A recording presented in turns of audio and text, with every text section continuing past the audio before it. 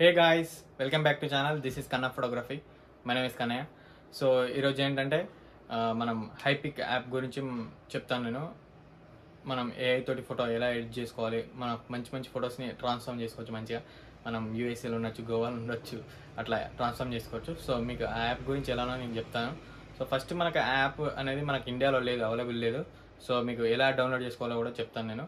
So download చేసిన అవసరం లేదు, డైరెక్ట్ నేను గూగుల్ డ్రైవ్ లింక్ మీకు పంపుతాను. సో కామెంట్లో పిన్ చేస్తాను. మీరు లైక్ చేసుకోండి, సబ్స్క్రైబ్ చేసుకోండి, కామెంట్ చేయండి.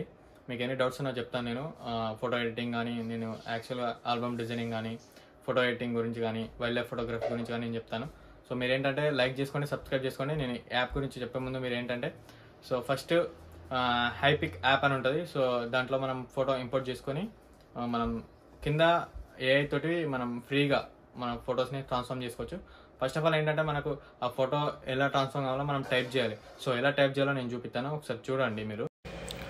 ఫస్ట్ మనం ఈ హైపిక్ యాప్ని ఓపెన్ చేసుకోవాలి. ఓపెన్ చేసుకొని మనం ఫొటోస్ వ్యూ ఆల్ మీద క్లిక్ చేస్తే మనకు ఫొటోస్ అన్ని చూపిస్తుంది, మన గ్యాలరీ ఉన్న ఫొటోస్. సో మనం ఏదైతే ఎడిట్ చేయాలనుకుంటున్నామో అది సెలెక్ట్ చేసుకోవాలి. నార్మల్గా నేను ఈ పిక్ తీసుకుంటున్నాను. పిక్ తీసుకొని కింద అడ్జస్ట్లోకి వెళ్ళి క్రాప్లోకి వెళ్ళాలి. క్రాప్లోకి వెళ్ళాక మనకి కింద ఏఐ ఎక్స్పాండ్ అండ్ ఫ్రీ అని ఉంటుంది. దాన్ని క్లిక్ చేస్తే ఇట్లా వస్తుంది. ఇట్లా ఈ గ్యాప్లో మనకు ఏఐ మనం ఏదైతే టైప్ చేస్తామో అది వస్తుంది. మనకి కింద నార్మల్గా నేను బ్యాక్గ్రౌండ్ విత్ బిల్డింగ్స్ అని టైప్ చేస్తున్నా.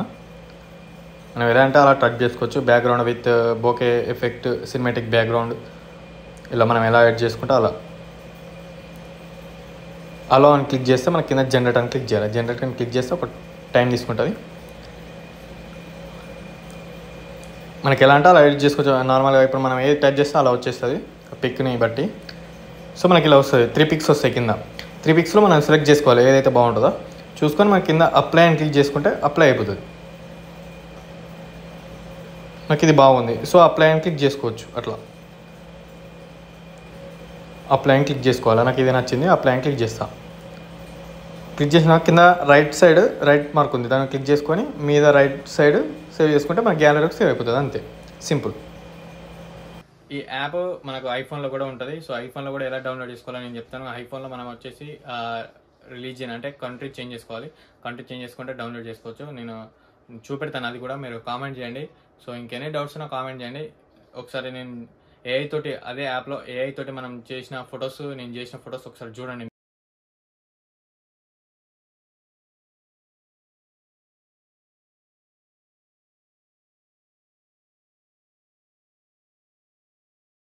ఈ ఫొటోస్ని మనం ట్రాన్స్ఫార్మ్ చేసుకోవచ్చు. గోవాలో ఉండొచ్చు కానీ, మంచి మంచి బిల్డింగ్స్లో రిచెస్ట్గా ఇలా చాలా చేసుకోవచ్చు.